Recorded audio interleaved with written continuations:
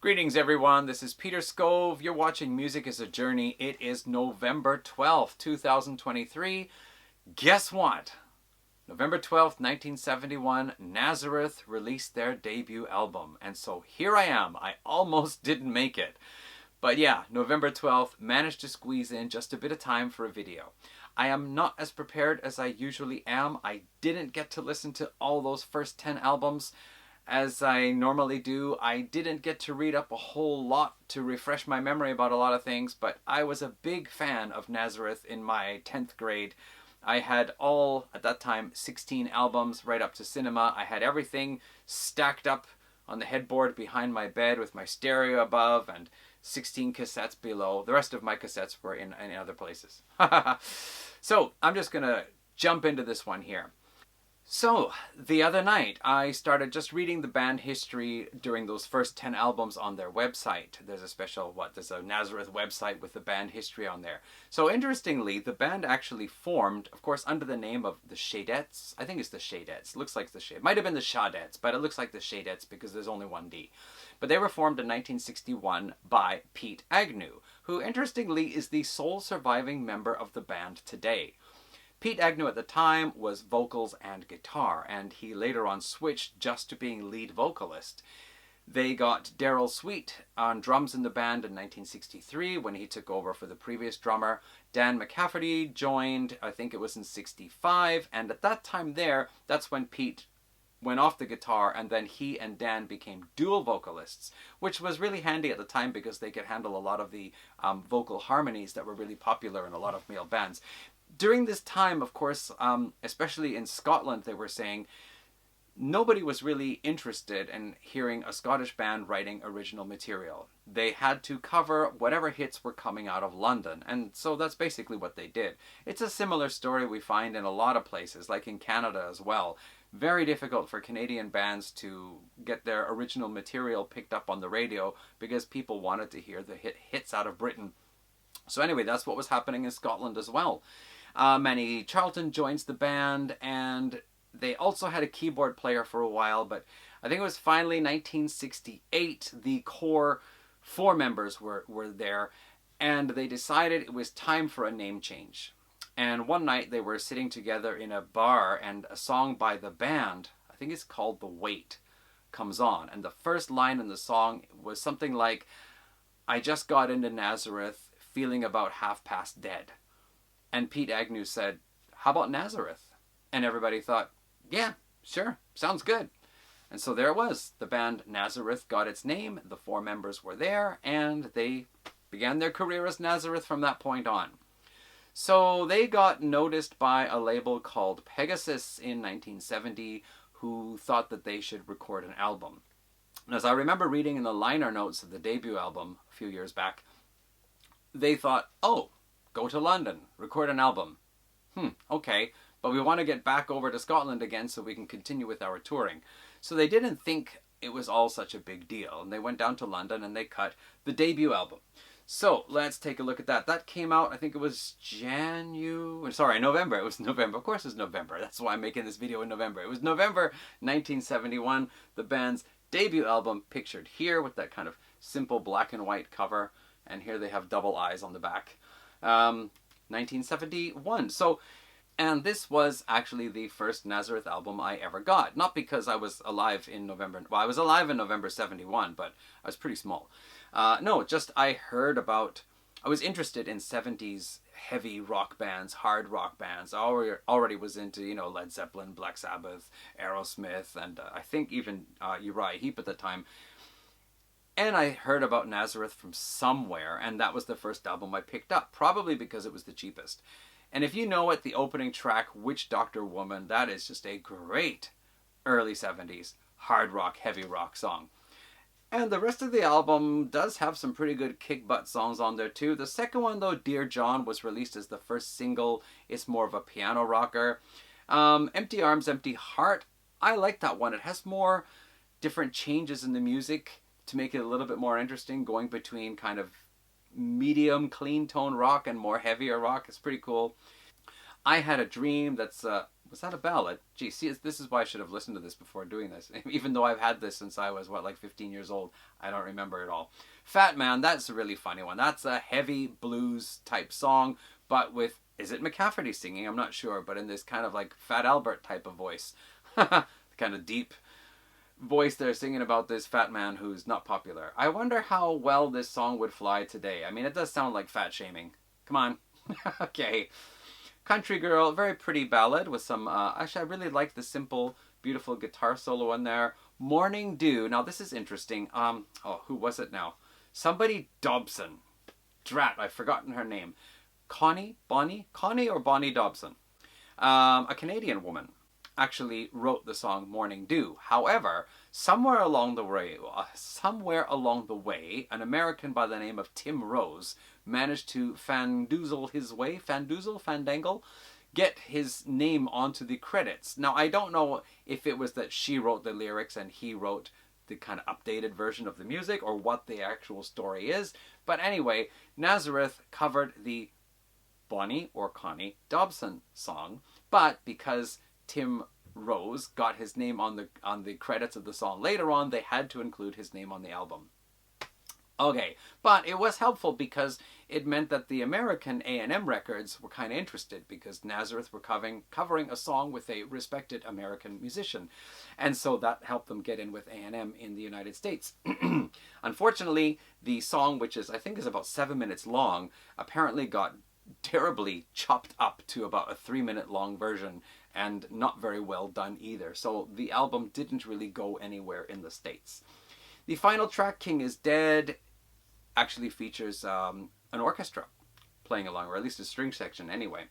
So very different that. So the debut album wasn't a massive success, but curiously enough, they went in the studio to record the second album, which you see here, called Exercises, and curiously enough, I don't know, I can't find the reason for this. They went off and did an album that was mostly acoustic with a lot of folk, and there's only one song that would even come close to a rock song. Although I will say, the opening track, Will Not Be Led, I Will Not Be Led, it features an orchestra, but does have the rock guitar in one part with the distortion going on. And actually, I never hear anybody say that they like that song, but it's always been my favorite one off this album, Exercises. And one of my favorite Nazareth songs of their older stuff. I just really like the use of the orchestra in there. And it's a song about, why I'm not a believer in God. So cool that, but the rest of them, Cat's Eye, Apple Pie, What Am I Gonna Do? No. In My Time, Slow One. Woke Up This Morning is the one rock song on the album, which they would then actually make more harder rocking on the next album. Called Her Name, Fool About You, yeah. Love, Now That You're Gone. Madeleine, really, really slow ballad, but kind of pretty.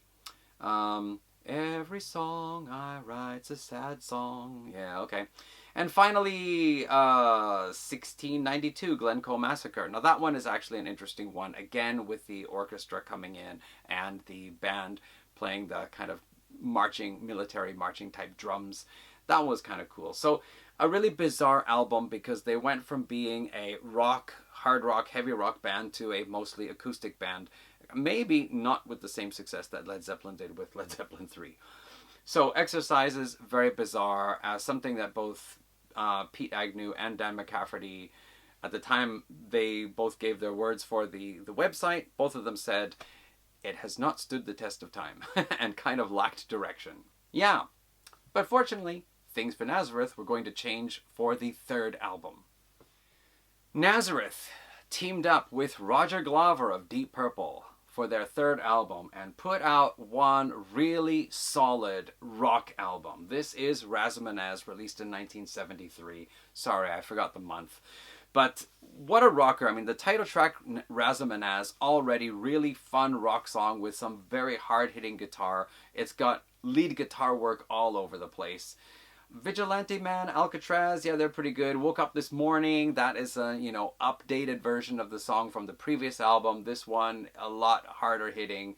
Night Woman, Bad Bad Boy, and Broken Down Angel were the two big hits. I think Bad Bad Boy went to was it number 6 and Broken Down Angel number 5? Were they that successful? Anyway, both those songs did really well, and on the weight of those two, the record label wanted them to put out another album really soon. And that came out 6 months later, in 1973, Loud and Proud. Interestingly, I think reading the liner notes in these albums, they were saying that this album they were kind of nervous because, they were with Roger Glover. But by this album, they were very confident in what they were doing with Roger Glover. So there's a real big difference, like a kind of nervous, excited band here and a more confident band on here. And of course, Loud and Proud brought us the cover of Joni Mitchell's This Flight Tonight, which was, I think at this point, it was their most successful song. And apparently Joni Mitchell actually really liked their version of it. And later on at some of her concerts, she announced it as a Nazareth song. Another interesting fact, the chugging riff, this guitar riff in the song was picked up by Heart and inspired them to write a very similar riff for Ooh, Barracuda. So yeah, that song was really inspired by Nazareth's This Flight Tonight. So that's really cool. Actually, when I was younger, I kind of preferred this one more, but recently I prefer this album more. It's just so much more fun to sing along to a lot of these songs, like Go Down Fighting, Not Faking It, Turn on Your Receiver, Teenage Nervous Breakdown. And those 4 songs right there will just have you rocking your butt off the chair. Freewheeler. I'm a freewheeler. Yeah, okay, I got it. Yeah. This Flight Tonight. Child in the Sun is the one slowed down song, kind of has a southern feel to it, similar to Vigilante Man on this one here. And then we get to the Ballad of Hollis Brown, which is a cover song. Is it a Bob Dylan cover, I think?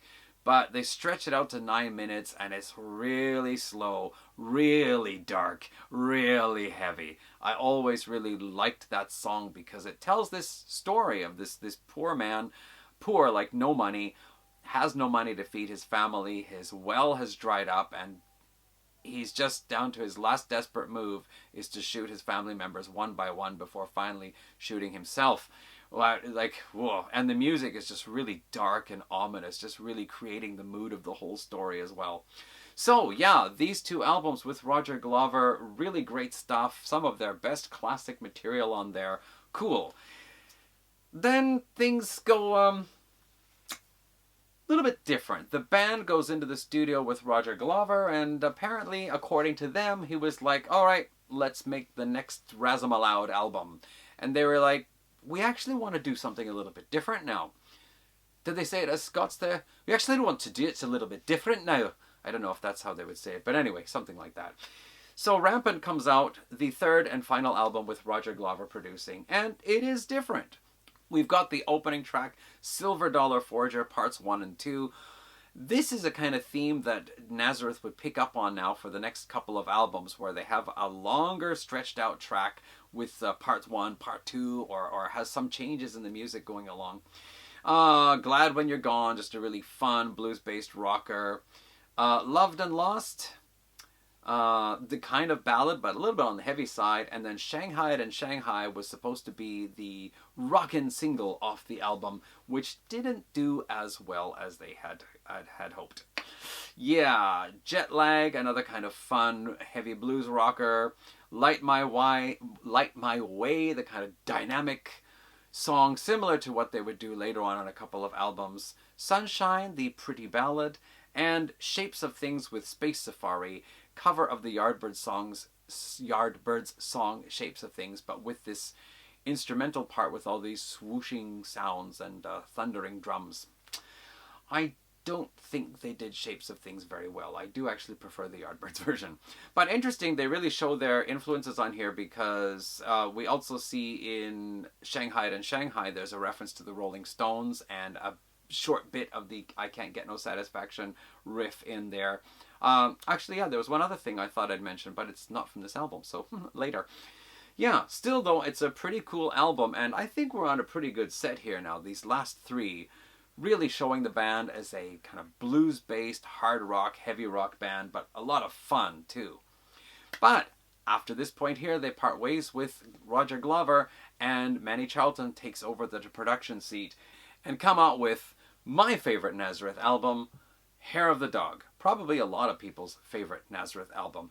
This is, I think, their heaviest album. At least guitar tone wise, riffing, and just the general pounding. This is probably their heaviest. Of course, Hair of the Dog, now you're messing with a son of a bitch. Great concert song. So I read. I was too young to go see that. But yeah, cool. Then, of course, we had the slow song for the album, Guilty. And the B-side for Hair of the Dog was going to be a cover of a song called Love Hurts. However, the record company in the US heard that and said, that's your hit. That's going to be your hit song, man. That's your single. So, alright. What happened, I got this on cassette in the 1980s, and the track listing said there's a song called Guilty. But guess what? There was no Guilty on the album. It was Love Hurts that was on. This one here actually includes both Love Hurts and Guilty. So, yay. Now I got to hear what Guilty sounds like finally. Change in Times, always one of my favorites. I think it is my favorite Nazareth song of all. Starts off as a really heavy rocker and then goes into this really nice melodic instrumental, rocking instrumental. It's one of the things I noticed about Manny Charlton. He is not a technical wizard. You know, you won't hear him doing any Ritchie Blackmore or Jimmy Page type stuff.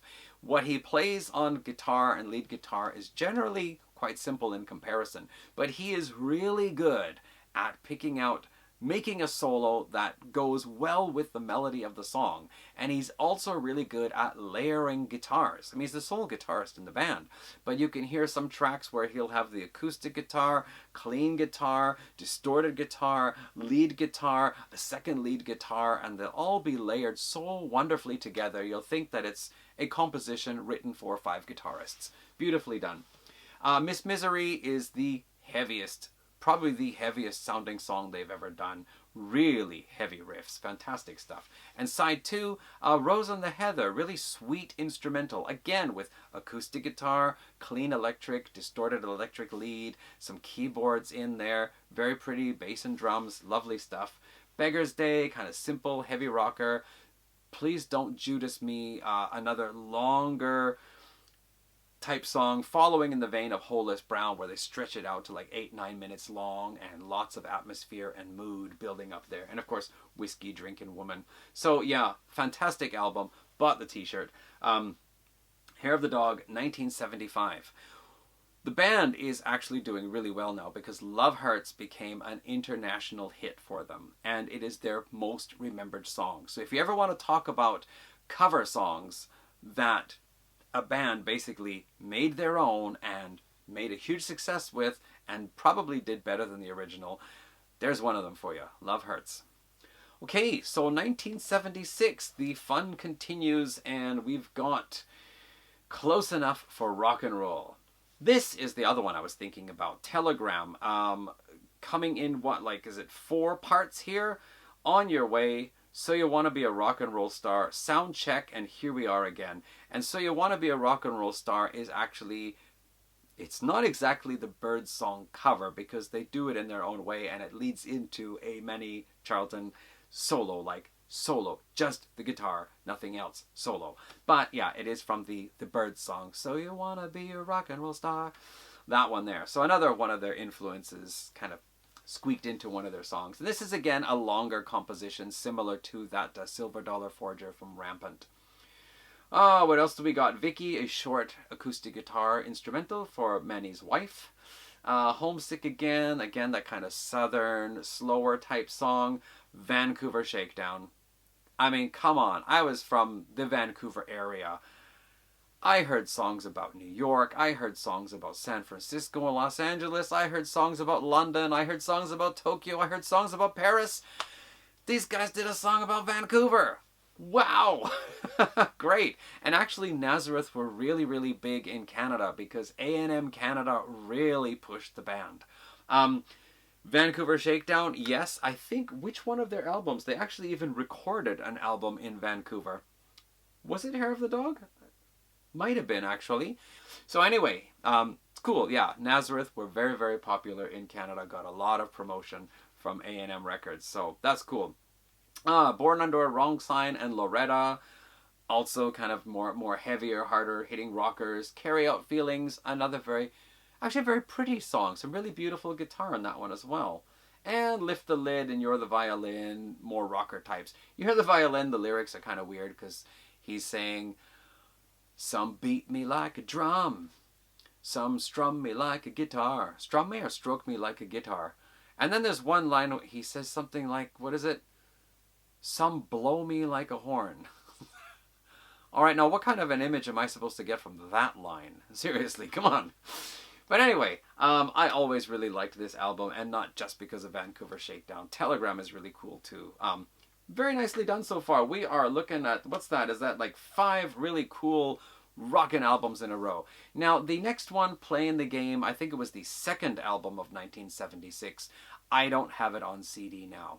I, of course, had it on cassette at the time. There were a couple of songs I really liked on it that I would gladly put on a Nazareth playlist. But the rest of the album I never really thought was all that special. So, I don't know, maybe now if I bought it and listened to it, it might, bring back memories and I might like it again. But I did get this is it 3 disc? It is. It's a 3 disc singles collection, which actually includes the 2 songs I liked the most from Playing the Game.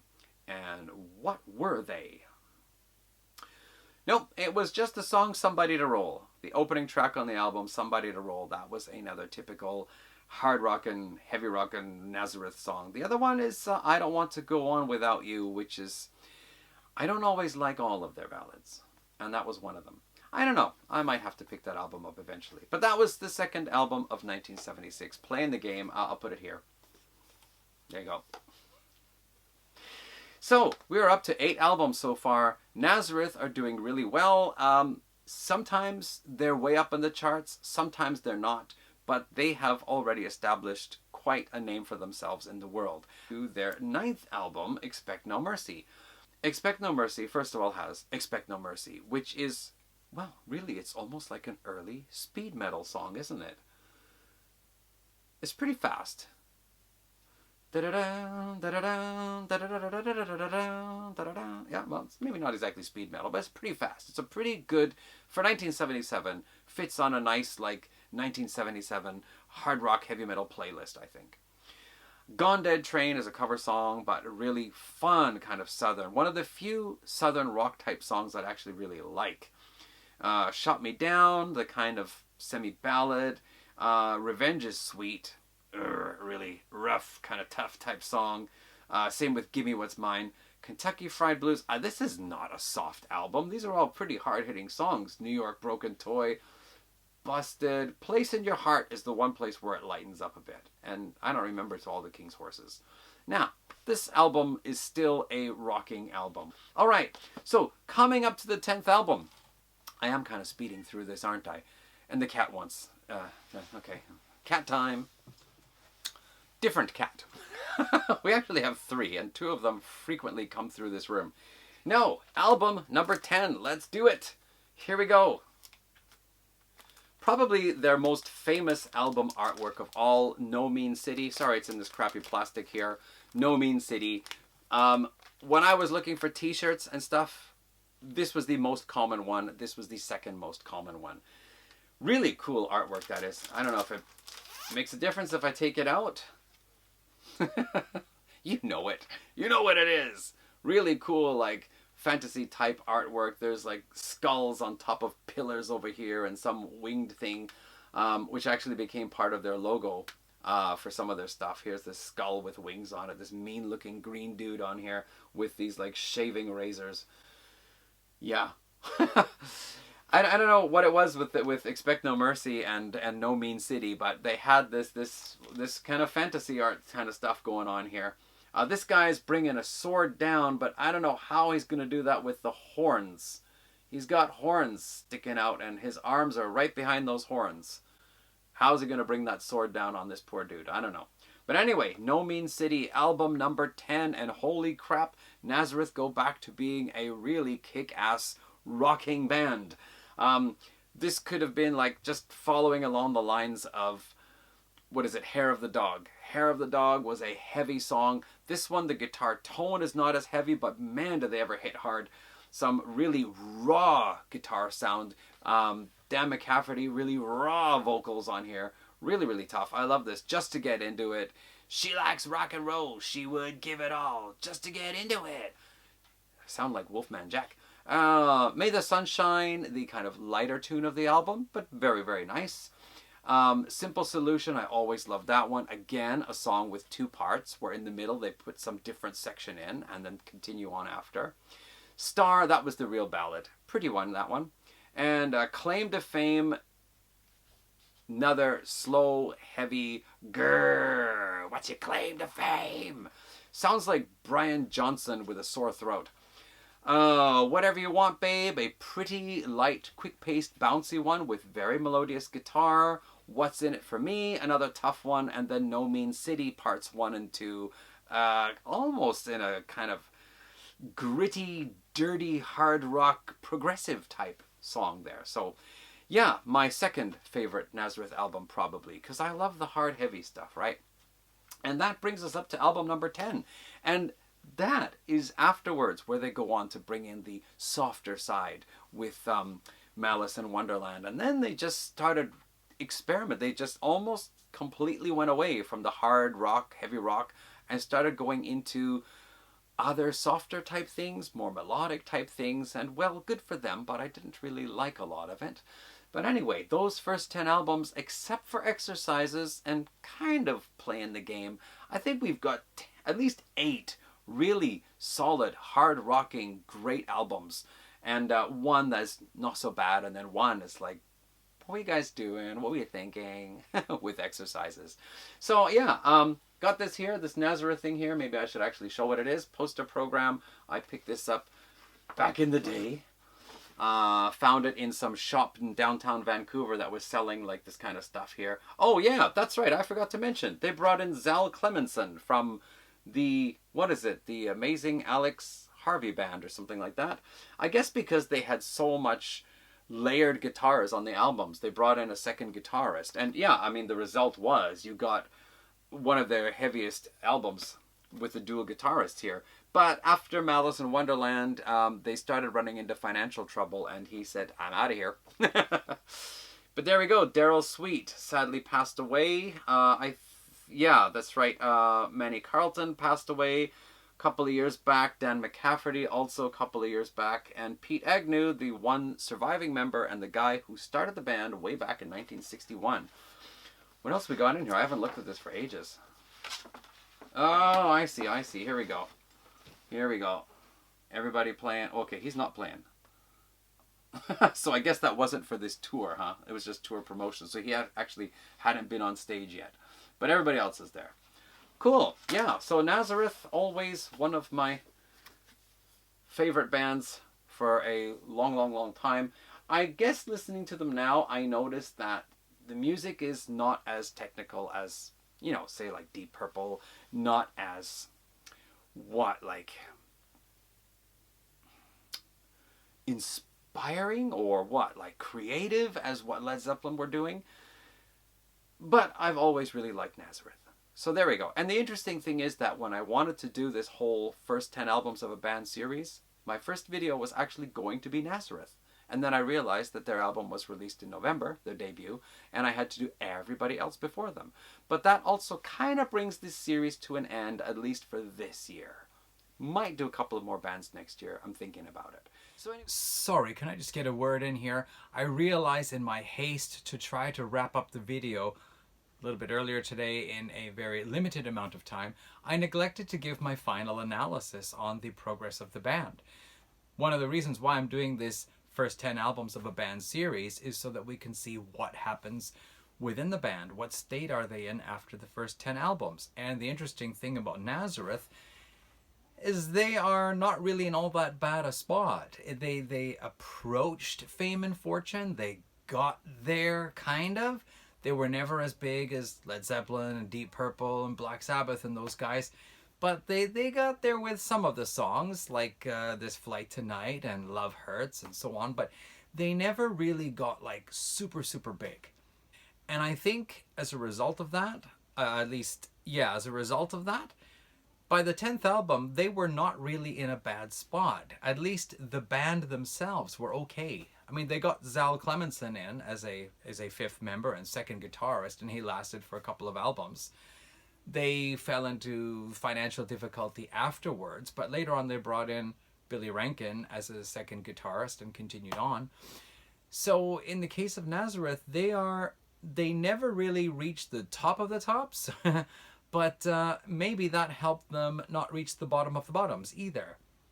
I think one other thing that is very important is that by the time they got their first album out, all members were married, and all of them, if not all of them, then most of them had kids. So they were already responsible parents, at least to whatever degree a rock star can be a responsible parent. But anyway, they were already responsible parents at that time. So perhaps because they got such an early start and were parents before they finally got the ball rolling as a recording artist, maybe that actually helped them stay out of a lot of trouble. Well, I mean, they still got in trouble, right?